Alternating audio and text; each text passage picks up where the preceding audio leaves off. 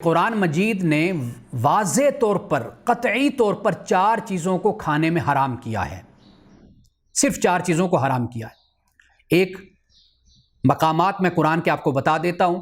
سورۃ البقرہ آیت نمبر ہے 137، سورۃ المائدہ آیت نمبر 3، اور اسی طرح سورۃ النحل آیت نمبر 115۔ ان 3 صورتوں میں اللہ سبحانہ و تعالیٰ نے 4 باتوں کو بیان کیا۔ سورۃ المائدہ میں تفصیل کو بیان کیا، یعنی میتہ کی جو مختلف قسمیں ہو سکتی ہیں وہ سورۃ المائدہ میں بیان کر دی۔ تو 4 چیزوں کو اللہ تعالیٰ نے کھانے میں حرام کیا۔ پہلی چیز کیا؟ میتہ، مردار۔ وہ مردار مختلف قسم کا ہو سکتا ہے، دیوار سے گر کر ہو سکتا ہے، کسی کا گلا دب جاتا ہے، کوئی سینگ کی وجہ سے ہلاک ہو جاتا ہے، مر جاتا ہے، تو یہ میتہ میں آ گئے۔ تو میتہ پہلی بات۔ اور دوسرا فرمایا خون، بلڈ، یہ بھی حرام ہے۔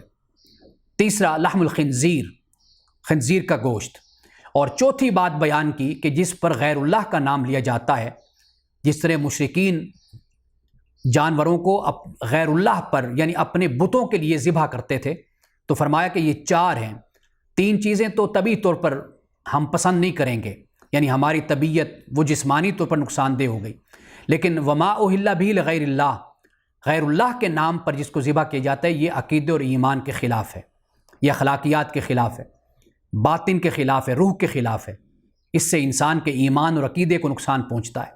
تو یہ 4 چیزیں ہیں جن کو اللہ تعالیٰ نے حرام قرار دی۔ یہ حرمت قطعی ہے اس کی۔ باقی ان کے علاوہ ہم پسند نہیں کرتے، طبی طور پر پسند نہیں کرتے، طبقاتی طور پر پسند نہیں کرتے، قومی طور پر پسند نہیں کرتے۔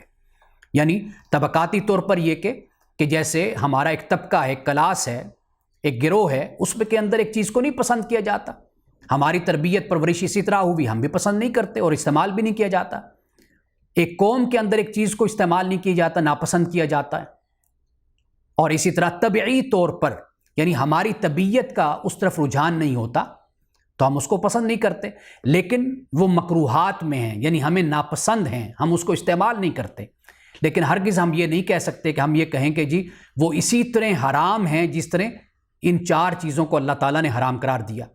حرام وہی ہیں جو اللہ نے قرار دیا، باقی اس کے علاوہ وہ طبقاتی طور پر ہمیں ناپسند ہو سکتا ہے، ہمیں قومی طور پر ناپسند ہو سکتا ہے، یا ہمیں طبعی طور پر ناپسند ہو سکتا ہے، لیکن ہم اس پر حرمت قطعی کا فیصلہ نہیں دے سکتے۔